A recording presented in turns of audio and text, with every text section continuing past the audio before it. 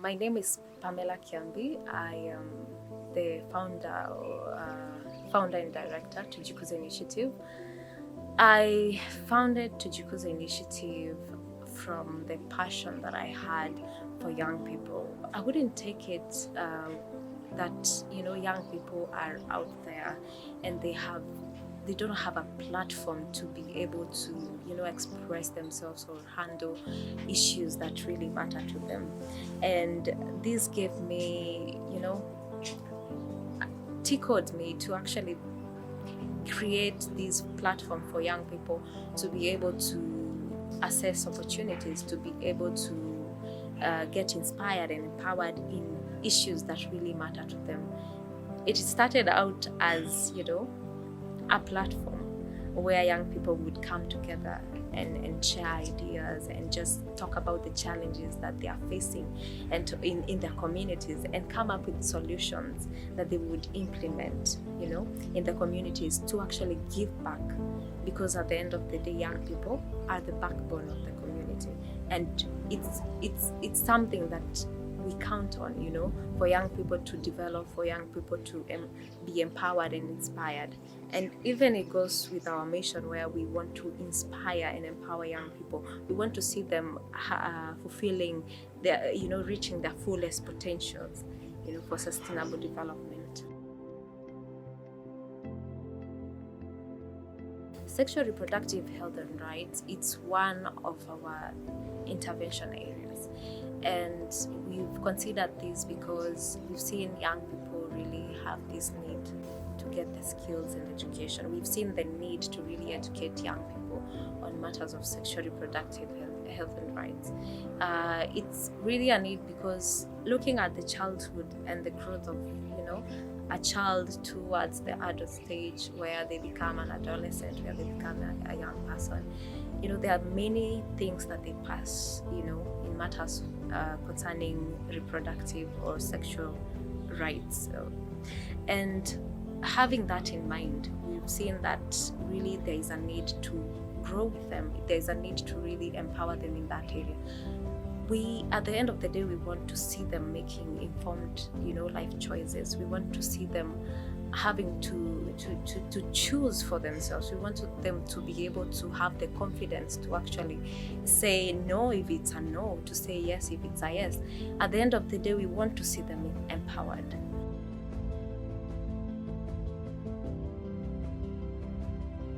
We focus on youth groups to select youth peer educators who we train as youth peer educators to reach other young people as trainers of trainers, and reach the peers in schools and other institutions.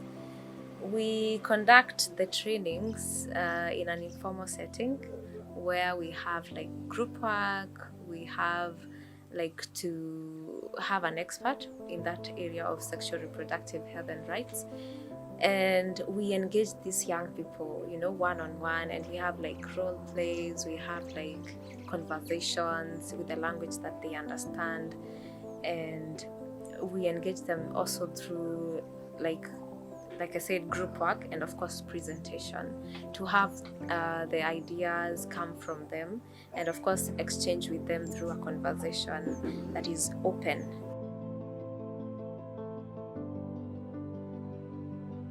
We work with different stakeholders. We work also, of course, with young people at the roots, where at the community. We visit them in their homes. We engage with them in different avenues, in different activities. So we've been able to interact with these young people. We understand what they're going through. We understand the change in behavior. We understand the change in of course, issues that are revolving around them. So we've been able to, gauge the difference and the impact that we've created in these young people by, of course, judging from the change that has occurred with time, having gone through this education on sexual reproductive health and rights. We have given them a chance to come out and speak. We've given them a platform where they can share about the challenges and about, of course, the impact.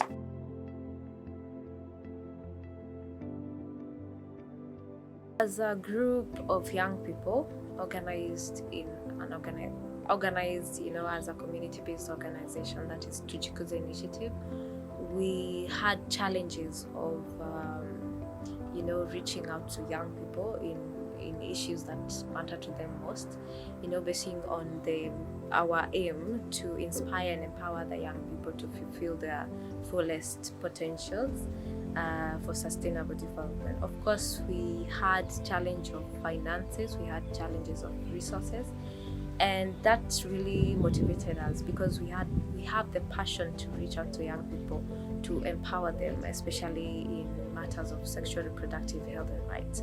Judging from the community that we are based in Tharaka, where young people, especially young girls, are dropping out of school and being faced by like issues of teenage pregnancies, we saw the need to actually reach out to these young people, to be able to mentor them, to be able to empower them on the education on sexual reproductive health and rights. And that's where we saw the gap and really got the motivation to apply for this grant.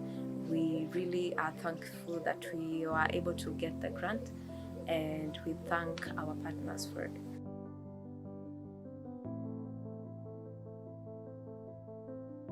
I mean, listen to your children. I mean, give a chance to these young people. They are, at the end of the day, they are the backbone of the community.